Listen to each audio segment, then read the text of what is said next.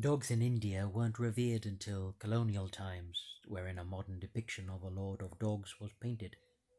But there was one god disguised as a dog as a final test for the five Pandavas, King Yudhishthira 5,000 years ago, being the last one alive and refusing to spiritually ascend unless the dog could ascend with him. Bovines in Bharat are the most revered. Sacred Mother Cow gives so much from so little, while Sacred Father Bull protects and works hard for the family. Goshalas are supposed to be sanctuaries to look after bovines and not exploit their milk, with farmers contributing for free as a matter of spiritual service. Just as the West make medicine from the urine of pregnant cows, the East also process Ayurvedic medicine from it. As you can see today, with both collared and street dogs are given free rein, and when a state has the bright idea of feeding street dogs with food that would otherwise go to waste, the dogs don't want to bother anybody, as it's a dog's life to either rest in the middle of the road in the jungles of Sri Lanka or rest in the shade of urban heat of Indian cities. Although live and let live and never eaten in Bharat, keeping a dog is frowned upon because it takes so much responsibility just like a child. And life is short, so we are to keep God rather than keep dog. It is said if a dog looks at a temple murti, the prayers and devotion to that murti are muted until cleansed, while touching a dog requires one to bathe with one's clothes on in order to purify themselves physically and spiritually.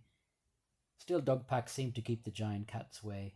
Hippos are not native to the confines of current Bharat, but they secretly hold skills like being immune to snake venom, as is sacred Varaha the boar. For dogs, there are types old enough to be regarded as native, uniquely fast-running in jungle terrain.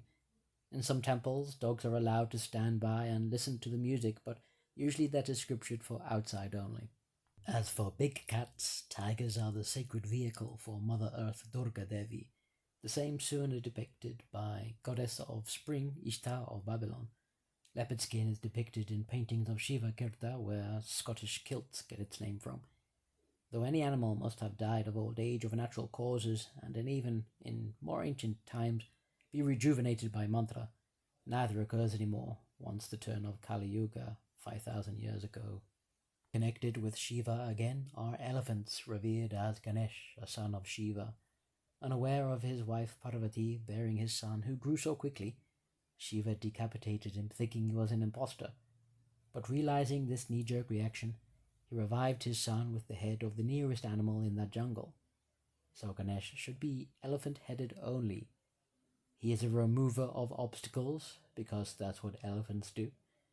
As you will see, they are smart, knowing sacks of rice are behind this thin metal door. Ganesh pledged to write down the Vedas when it was necessary that humans could no longer recite it from memory by heart. The agreement was only if he understood the recital and would never stop.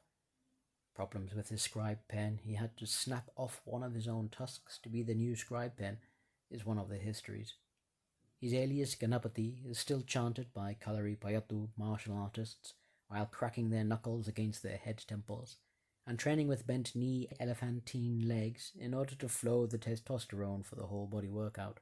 It is good karma to feed all animals, just as it is orphaned children, even if gathering expired fruit and veg from shops in order to feed street cows, whose villages may suffer from plastic pollution, to be unknowingly eaten instead. An old bovine is supposed to be kept just like an old member of the family, demanding nothing more than passing stool that once dried can be used as clean fuel. And who could forget temple monkeys, the army of Hanuman to help Ramachandra defeat Ravana of Lanka in the Ramayana?